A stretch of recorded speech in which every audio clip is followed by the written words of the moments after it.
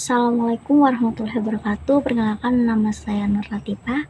Saya dari Prodi PBSI semester 3. Di sini saya ingin mempresentasikan hasil dari kajian karya ilmiah saya yang berjudul Mengetahui Gaya Belajar yang Tepat guna meraih konsentrasi yang optimal dengan konsep visual, auditori, dan kinestetik.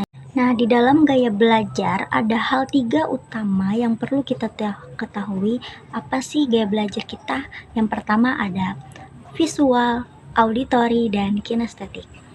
Saya mengangkat hal itu dan penelitiannya pun juga membahas mendalam tentang 3 gaya belajar utama ini. Adapun juga latar belakang dan tujuan dalam penulisan karya ilmiah ini adalah menyadari di dalam era yang pembelajaran semakin berkembang, dalam menghadapi berbagai cara pembelajaran, sering kita merasakan kesulitan untuk fokus dan meraih konsentrasi yang optimal. Nah, pemahaman mengenai gaya belajar ini menjadi suatu kunci efektivitas dalam pembelajaran. Dengan kata lain, itu bisa menjadi sebagai suatu faktor yang mempengaruhi dalam mencapai tujuan yang belajar yang berhasil. Dalam meraih konsentrasi yang optimal dalam pembelajaran merupakan suatu permasalahan yang sering kita rasakan atau sering kita temui dimanapun, kapanpun apabila seorang individu ingin belajar sesuatu untuk proses belajarnya.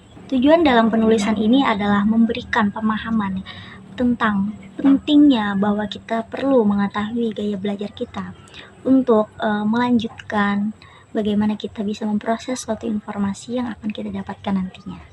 Karena dengan kita mengetahui gaya belajar kita antara visual, auditori, dan kinestetik tadi, kita menjadi lebih mudah, kita jadi mengetahui apa sih yang kita inginkan, apa sih yang membuat hal yang kita tidak nyaman, yang sehingga kita jadi tidak menyerap suatu informasi itu.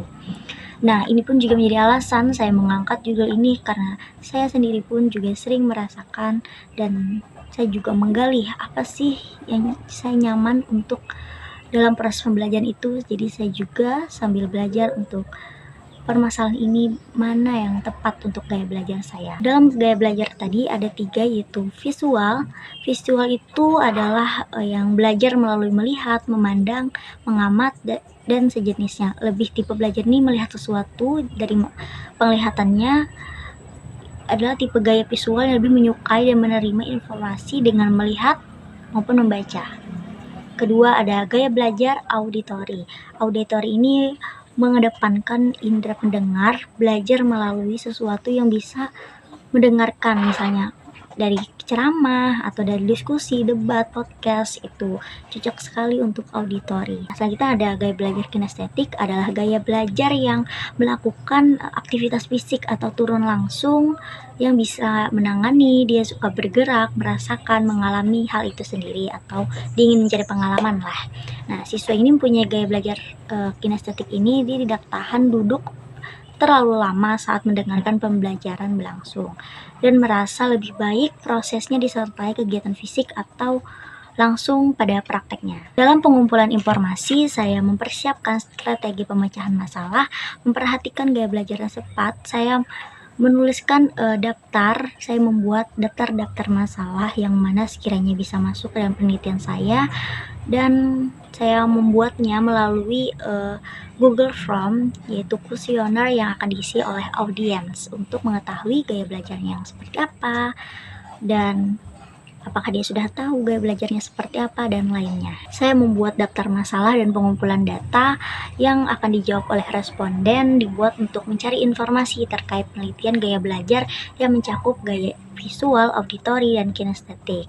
Nah, di dalam daftar masalah dan pengumpulan data, saya membuat daftar masalah, ada 9 pertanyaan yang saya berikan kepada audiens untuk menjawabnya, dan ada 11 orang yang menjawab pertanyaan itu.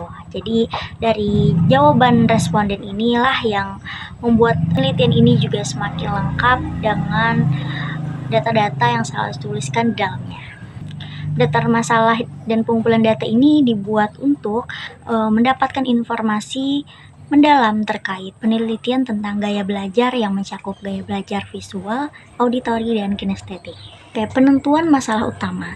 Setelah menganalisis jawaban dari responden, terlihat bahwa permasalahan utama yang dilihat dari hasil daftar masalah dan pengumpulan data adalah ketidaksamaan gaya belajar setiap individu, ketidaksesuaian antara metode pembelajaran yang umum yang digunakan.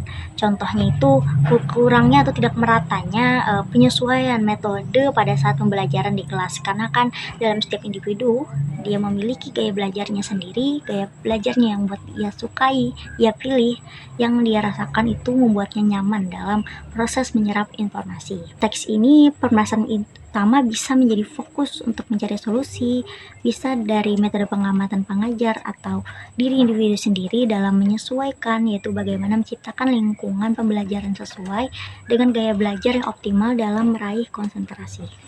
Lalu ada analisis masalah. Nah, penelitian menyoroti pentingnya mengetahui gaya belajar, yaitu ada visual, auditori, dan kinestetik, itu mencapai konsentrasi optimal dalam pemahaman konsep. Analisa ini mencakup permasalahan untuk memahami bahwa setiap individu itu tidak semua memiliki gaya belajar yang sama, yang nyaman untuk dirinya. Karena memiliki gaya belajar yang berbeda-beda, pemahaman yang berbeda-beda. Nah, penelitian ini bertujuan untuk mengidentifikasi hubungan gaya belajar dan pada fokus guna meningkatkan efektivitas pembelajaran. Selanjutnya itu proses pemecahan masalah.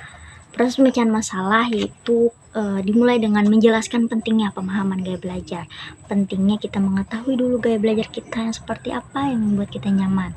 Nah, dan pentingnya kita ini menjelaskan gaya belajar visual seperti apa, kinestetik seperti apa, atau auditori seperti apa. Nah, dengan kita menjelaskan, setelah mereka paham step-stepnya, mereka pasti akan mempraktekannya dan mencobanya sendiri.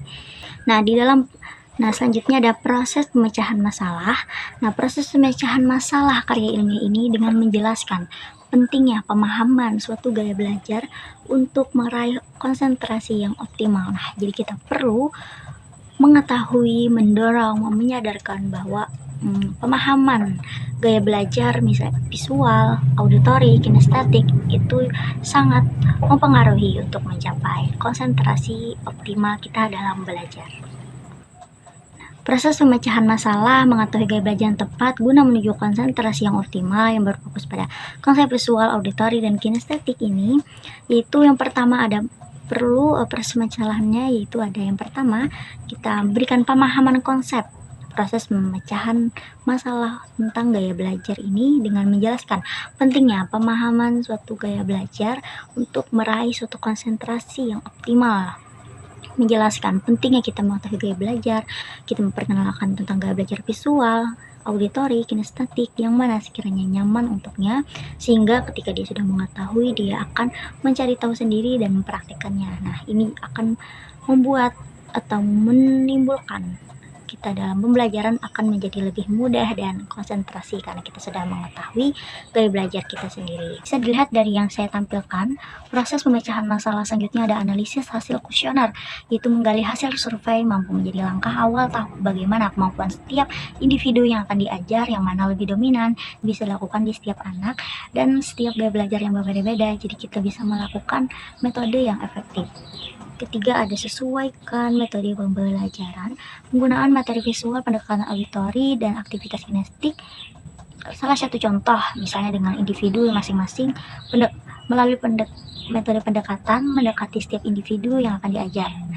Metode pendekatan berlangsung, jadi tahu sama-sama bisa memahami dan menyesuaikan. Juga ada metode pembelajaran, penggunaan materi visual, pendekatan auditori, dan aktivitas kinestetik disesuaikan dengan pilihan individu masing-masing melalui metode pendekatan, mendekati setiap individu yang akan diajar. Metode pendekatan bertanya langsung, jadi sama-sama bisa memahami dan menyesuaikan. Ada juga keempat, ada sosialisasi pentingnya gaya belajar. Nah, ini kita juga bisa menyuarakan atau memberikan kesadaran suatu masyarakat atau pengajar dalam belajar.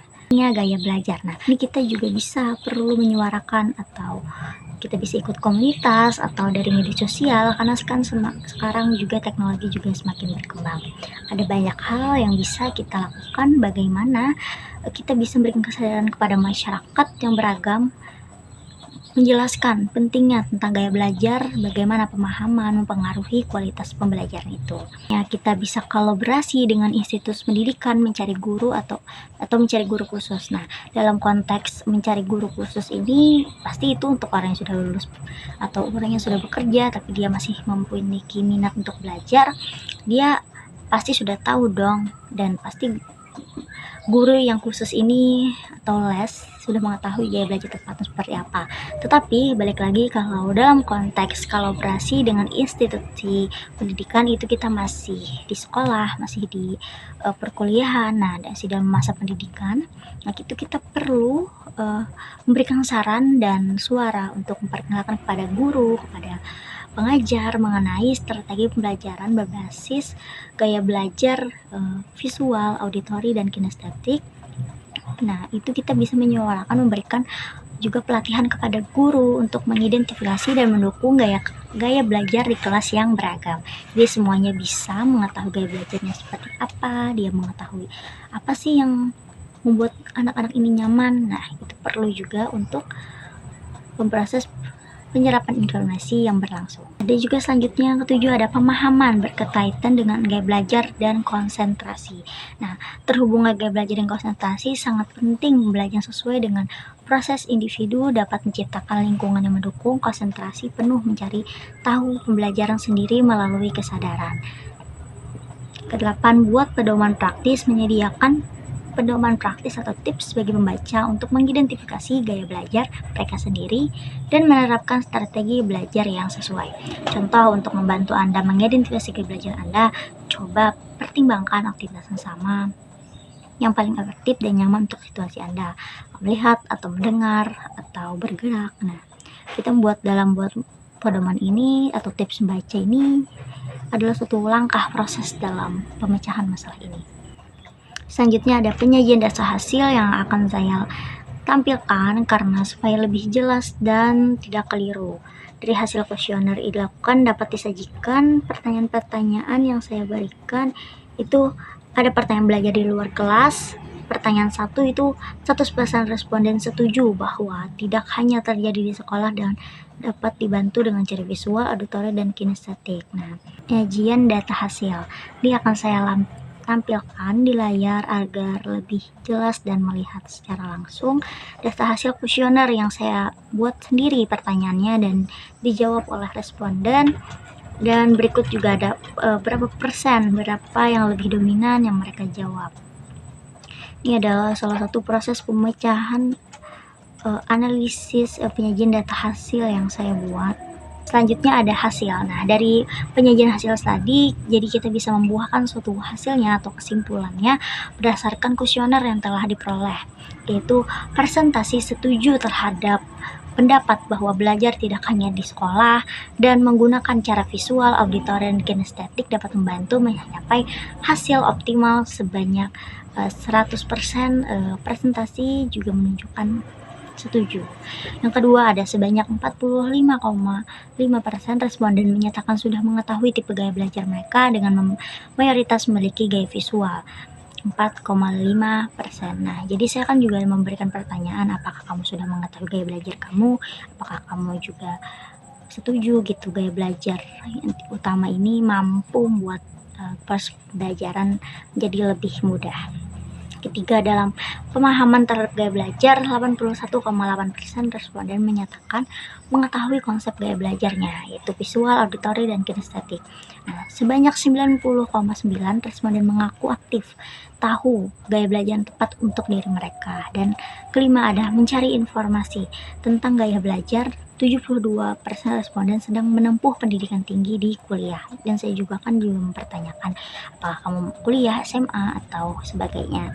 Nah, dalam banyaknya jawaban lebih dominan tentang mereka masih kuliah, tentu mengetahui gaya belajar yang tepat ini juga mampu memudahkan mereka nantinya dalam mendengarkan dosen dalam menjelaskan atau teman-temannya untuk presentasi. Mereka akan lebih mudah menyerap ketika mereka mengetahui gaya belajar mereka. Itu yang terakhir ada 6 kesimpulan utama dari hasil penelitian menunjukkan bahwa mayoritas responden cenderung setuju bahwa menerapkan gaya belajar sesuai dapat meningkatkan konsentrasi belajar mereka. Nah, jadi hasil penelitian ini memberikan gambaran pemahaman kebiasaan pandangan responden terkait gaya belajar dan pendidikan. Dalam tulisan ini, banyak orang menyadari pentingnya gaya belajar, terutama dalam konteks visual, auditori, dan kinestetik. Mayoritas responden sudah tahu gaya belajar mereka dan aktif mencari informasi, menandakan bahwa pemahaman tentang cara belajar bukan hanya sekedar informasi, tapi juga langkah konkret untuk memperbaiki cara belajar. Nah, dari hasil kuesioner kita juga banyak orang, terutama yang sedang kuliah, menganggap pentingnya untuk tahu gaya belajar mereka. Ini menunjukkan pemahaman tentang gaya belajar yang tidak hanya sekadar pengetahuan, tapi juga diterapkan untuk meningkatkan pembelajaran. Inilah hasil dari kajian karya ilmiah saya tutup. Assalamualaikum warahmatullahi wabarakatuh.